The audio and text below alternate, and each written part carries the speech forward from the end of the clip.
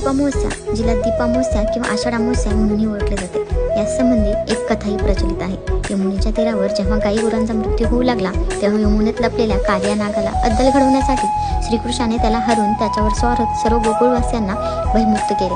त्यावेळी दशोदिश सर्व सुवासिनींनी गोपाळकृष्णाची दिव्यांनी आरती केली आणि असंच तेज, धैर्य, शौर्य आमच्याही मुलांना मिळू दे अशा प्रार्थना केली. तेव्हापासून ही प्रथा सुरू झाली. हा प्रसंग आषाढ अमावस्येला घडल्याने त्या दिवशी दिव्यांनी आसमंत उजळून निघाल्याने त्या रात्रीला दिव्यांची आबस असे म्हटले जाऊ लागले. भारतीय संस्कृतीत दिव्याला, वातीला, ज्योतीला फार महत्त्व असते. भारतीय संस्कृतीत सांगितलेला योग सुद्धा प्राणशक्तीशी निगडीत आहे आणि प्राण्यालाही प्राणज्योत म्हटले जाते. हिंदू संस्कृती पूर्णपणे प्रकाशाच्या दिशेने जाणारी असल्याने दिव्याला विशेष महत्त्व दिले जाते. त्यामुळे दिवा हा माणसाच्या जीवनाशी निगडीत घटक आहे. म्हणूनच मुलांनाही वंशाचे दिवे म्हटले जाते. हे जे वंश उजळून काढतील असे मानले जाते. म्हणून या दिवशी लहान मुलांची दिव्याने